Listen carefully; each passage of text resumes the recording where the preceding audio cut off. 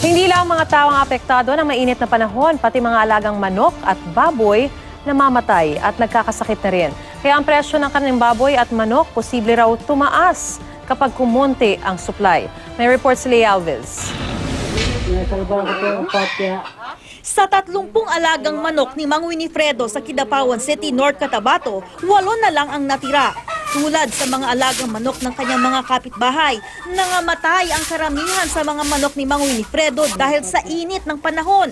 Ang mga natira, may sakit naman. Ayon sa Bureau of Animal Industry, mga manok at baboy ang karaniwang nai-heat stroke.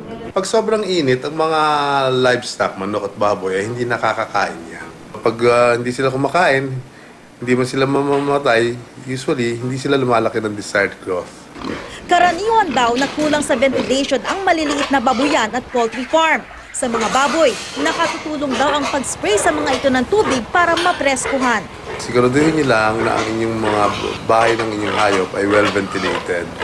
There is a continuous flow of air. Kung may napapansin kayong mga medyo matamlay ang pagkain ng mga manok nyo, bigyan niyo rin sila ng mga supplements. Kung duda naman daw sa sanhi ng pagkamatay ng hayop, sumangguni sa veterinaryo o sa Bureau of Animal Industry. Maaari raw tumaas ang presyo ng mga baboy at manok kapag bumaba ang supply dahil sa tag-init. Pero sa ngayon, di pa raw damang epekto nito. Kung bahagyamang nagmahal ang baboy at manok, ito'y dahil daw sa pagtaas ng presyo ng imported feeds bunsod ng mahinang piso.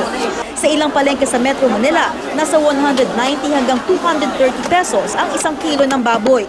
10 piso ang itinaas kumpara noong nakaraang linggo. Sa prevailing price ng mga gulay sa Kamaynilaan, red onion at pechay Baguio lang ang bahagyang nagmahal mula noong nakaraang linggo. Anihan na ng mga gulay, kaya wala naman daw masyadong epekto sa mga gulay ang tag-init ayon sa Bureau of Land Industry.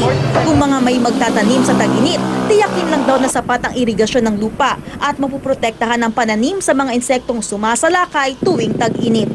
Leah Alves, GMA News.